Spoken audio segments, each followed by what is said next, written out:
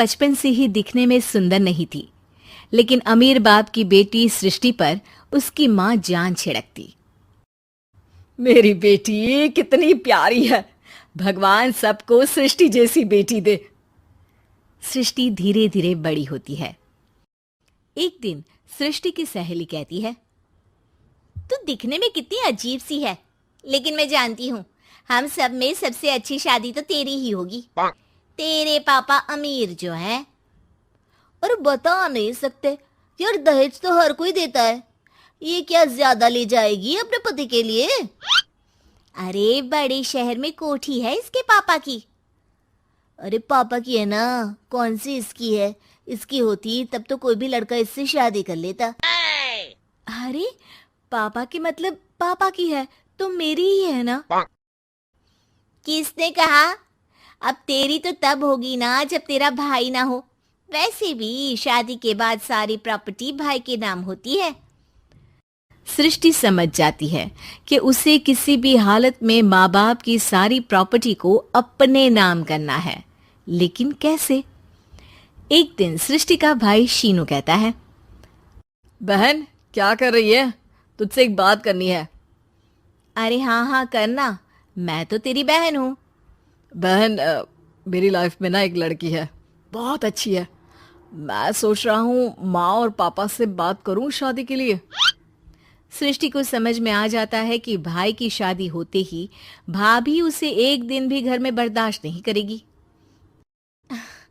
क्या बात है भाई, बताना कौन है वो? यार वो बहुत अच्छी लड़की है, पढ़ी लिखी है, मेरे साथ जॉब भी करती है। बस एक प्रॉब्लम है। प्रॉब्लम? क्या प्रॉब्लम है भाई? यार वो शादीशुदा है, लेकिन उसके पति ने उसे सिर्फ इसलिए छोड़ दिया क्योंकि उसके माँ बाप दहेज नहीं दे पाए। सृष्टि ये सुनकर न जाने क्यों खुश हो जाती है। अरे भाई तो क्या हुआ, लड़की तुझे तो पसंद है ना? शीनू को लगता है कि बहन उसे समझ रही है। वो इस बात से अनजान होता है कि उसकी बहन की मंशा पूरा घर हड़पने की है। सृष्टि अपनी माँ से कहती है, मम्मी मुझे तो बहुत चिंता है, पता है शीनू क्या कर रहा है? अरे क्या कर रहा है, वो तो काम पर जाता है और वापस घर आता है। नहीं ना माँ, वो यही तो नहीं कर रहा, बाकी सब कर रहा है।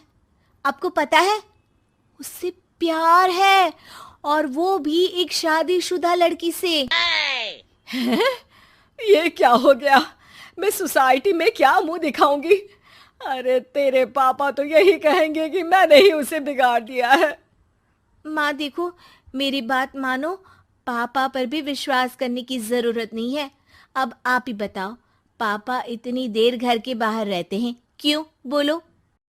अरे बेटा वो तो नौकरी करते हैं ना।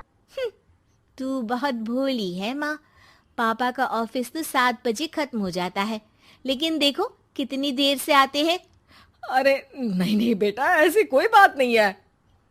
सृष्टि माँ को एक औरत से बात करते पिता की फोटो दिखाती है। देखो माँ, कैसे हैं पापा? मैं ना कहती थी कि पापा सही नहीं है। मैं तेरे पापा से बात करूंगी, दे फोटो मुझे। ओ माँ, वो तो डिलीट हो गई। लेकिन चल, तूने तो देख लिया ना, पापा से बाद में बात कर लेना, और हाँ, मेरा नाम बिल्कुल मत लेना। हाँ माँ। अब क्या था, सृष्टि के माँ और पिता के बीच झगड़ा होना शुरू हो जाता है। सृष्टि के मन में क्या चल रहा था कोई नहीं जानता था। एक दिन, माँ सृष्टि के लिए एक लड़का देखा है, वो लोग शाम को उसे देखने आने वाले हैं। और हाँ माँ, एक खुशखबरी, मैं और पापा मिलकर एक नया बिजनेस ट्राई कर रहे हैं। शाम को लड़का आता है, सांवले रंग का। सृष्टि को तो बिल्कुल भी पसंद नहीं आता। लड़की की माँ कहती है, लड़की का चेहरा तो कोई खास नहीं, लेकिन अगर मेरे बेटे को आप लोग सेटल कर दें तो मैं उसकी शादी आपकी बेटी से करवा दूं। सृष्टि को लड़का बिल्कुल पसंद नहीं था। उसे भाई पर गुस्सा आ जाता है। लड़के वालों के जाने के बाद कहती है, माँ देखा, शीनू मेरे लिए कैसा लड़का लेकर आया, न दिखाने लायक न सुनने लायक, सेटल भी नहीं, वो भी हम करे। अरे माँ, मैं जानती हूँ ये मेरी शादी किसी भी घर में क्यों करवाना चाहता है। अरे कैसी बात कर रही है बहन? तूने तो देखा ना, लड़के को मैंने ही मना कर दिया तुझसे शादी के लिए। जिसने लड़का बताया था उसने उसकी बहुत तारीफ की थी। बात आई गई हो जाती है, लेकिन सृष्टि का मन शांत नहीं होता। क्या करूं, कुछ समझ में नहीं आ रहा। मेरी शादी हो गई तो ये लोग पूरी प्रॉपर्टी शीनू के नाम कर देंगे, मेरे हाथ तो कुछ लगेगा ही नहीं। तभी सृष्टि को आइडिया आता है। वो किसी वकील को फोन करती है।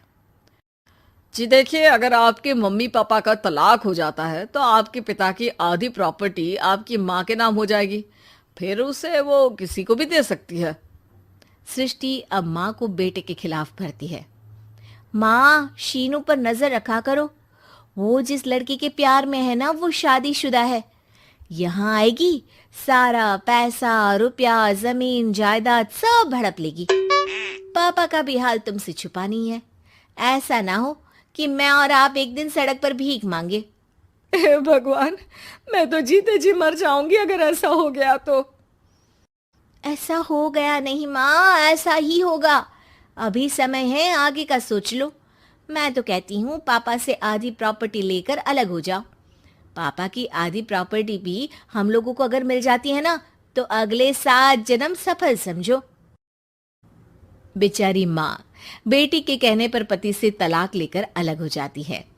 सृष्टि अब पैसों से गाड़ी और अपने दूसरे महंगे शौक पूरे करने लगी। उसके दोस्त भी उसके पैसे इस्तेमाल करते। सृष्टि, कल तुम कहाँ थी?